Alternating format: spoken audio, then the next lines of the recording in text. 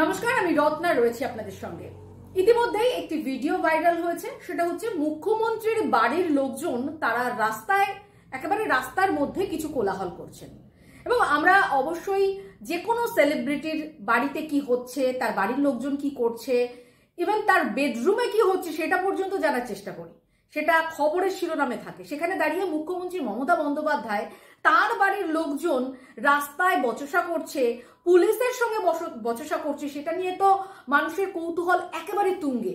আর সেখানে দাঁড়িয়ে যখন এই ভিডিওটি ভাইরাল হয়েছে, একটি ভিডিও, যে ভিডিওটি আপনাদের একেবারে শেষে দেখাবো, এবং পেছনে ব্যাকগ্রাউন্ডে আপনারা সেই ভিডিওর সাইলেন্ট একটা ছবি আপনারা দেখতে পাচ্ছেন। সেখানে দেখা যাচ্ছে যে বাবুন ব্যানার্জি, মুখ্যমন্ত্রীর একটি ভাই বাবুন ব্যানার্জি, আমরা জানি অনেকগুলো ভাই রয়েছে তার 9 ভাই 3 বোন মুখ্যমন্ত্রীরা। সেখানে দাঁড়িয়ে বাবুন ব্যানার্জি তার মেয়ে একটি দোকানকে কেন্দ্র করে কিছু মানুষের সঙ্গে বচসা করছে। সেখানে সিভিক পুলিশ রয়েছে এবং সেখানে দাঁড়িয়ে দেখা যাচ্ছে যে এটি একটি অধিকারকে কেন্দ্র করে, সেই দোকানের দখলদারিকে কেন্দ্র করে এই বচসা। এবং সেখানে বাবুন ব্যানার্জির মেয়েকে বলতে শোনা যাচ্ছে যে আপনারা এখানে তালা দিয়েছেন কিভাবে, লোক ঢুকিয়েছেন কিভাবে, যেখানে পেপারস তাদের আমার হাতে রয়েছে। এবং সেখানে বলছেন যে পুলিশ কি করে আমাদের অ্যারেস্ট করতে পারে, এই কথাটা বলতে পারে, এমন ধরনের কথা বলছে যেখানে পুলিশ মন্ত্রী হচ্ছে তার নিজের পিসি। ফলে কৌতূহল একেবারে তুঙ্গে, কি হচ্ছে তার বাড়িতে, কি বচসা হচ্ছে, যেখানে দাঁড়িয়ে রাস্তায় নেমে এভাবে বচসা করতে হচ্ছে তার ভাইকে।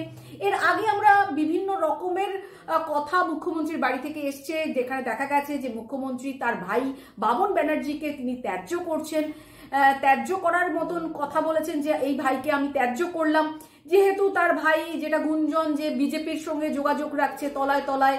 সেখানে দাঁড়িয়ে মুখ্যমন্ত্রী এই বক্তব্য রেখেছেন এবং টিকিট পাওয়া নিয়ে কিছু সমস্যা, এই ধরনের বিভিন্ন পারিবারিক সমস্যা যেগুলো মানুষের সামনে এসেছে।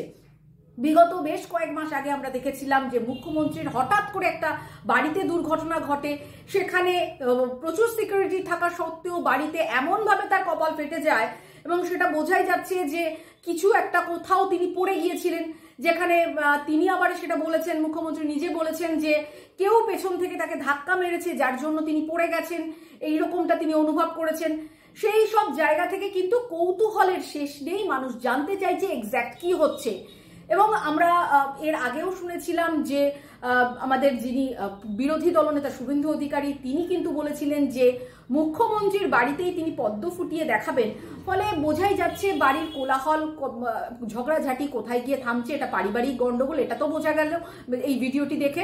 অবশ্যই মুখ্যমন্ত্রীর বাড়ির একটা সমস্যা, পারিবারিক সমস্যা, এটা বোঝা যাচ্ছে, এবং সম্পত্তি সংক্রান্ত সমস্যা, যেখানে মহাভারতের পুনরাবৃত্তি হচ্ছে এটা বোঝা যাচ্ছে। মহাভারত সবসময় যুগে যুগে সেটা সত্য এবং প্রত্যেকের জন্য সেটা সত্য, এটাই প্রমাণ হচ্ছে। সেখানে দাঁড়িয়ে ভিডিওটি সম্পূর্ণ শুনুন, আশা করি আপনাদেরও সন্দেহ বা আপনাদেরও কৌতূহলের অনেকটাই অবসান ঘটবে। আপনার কাছে যে লসুটের যে অর্ডার এসেছে কোর্ট থেকে, যে আপনি একটা দোকানকে একটা এরকম ভাবে পুলিশ ঢুকিয়ে দিচ্ছেন, দিয়ে আপনি ভেতর থেকে তালা মেরে দিচ্ছেন, বাইরে আপনি এখানে শাটার ভেঙে দিচ্ছেন, আপনার কাছে সেই অর্ডারটা কোথায়? আমার কাছে অর্ডার রয়েছে, আমার কাছে পেপার রয়েছে, আপনাদেরটা কোথায়? আপনি বলছেন আমাকে দোষ দিচ্ছেন, আমি আপনাদের লোককে ভেতরে বন্ধ করে রেখেছি, আমার হাতে তো চাবি, আপনারা আপনাদের নিজেদের লোককে বন্ধ করে রেখেছেন, আপনারা নিজেদের লোককে বন্ধ করে রেখেছেন এখানে, আপনারা অমানবিক ব্যবহার করছেন, আমরা করছি না, আমরা আপনাদের সাথে কোনো খারাপ কথাও বলিনি। আপনারা এখানে মহিলা পুলিশ দেখে নিয়েছে, আমাদেরকে ধাক্কা মারার জন্য রেডি করছেন, আমাদের লোকদের থ্রেট দিচ্ছেন গাড়িতে তুলবেন। কি করেছে ওরা? কি করেছে ওরা?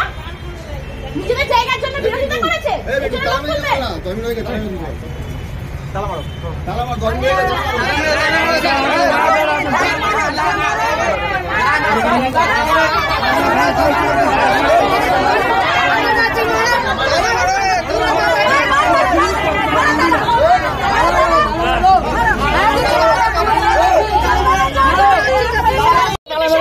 10 মিনিট তালা মেরে দেবে।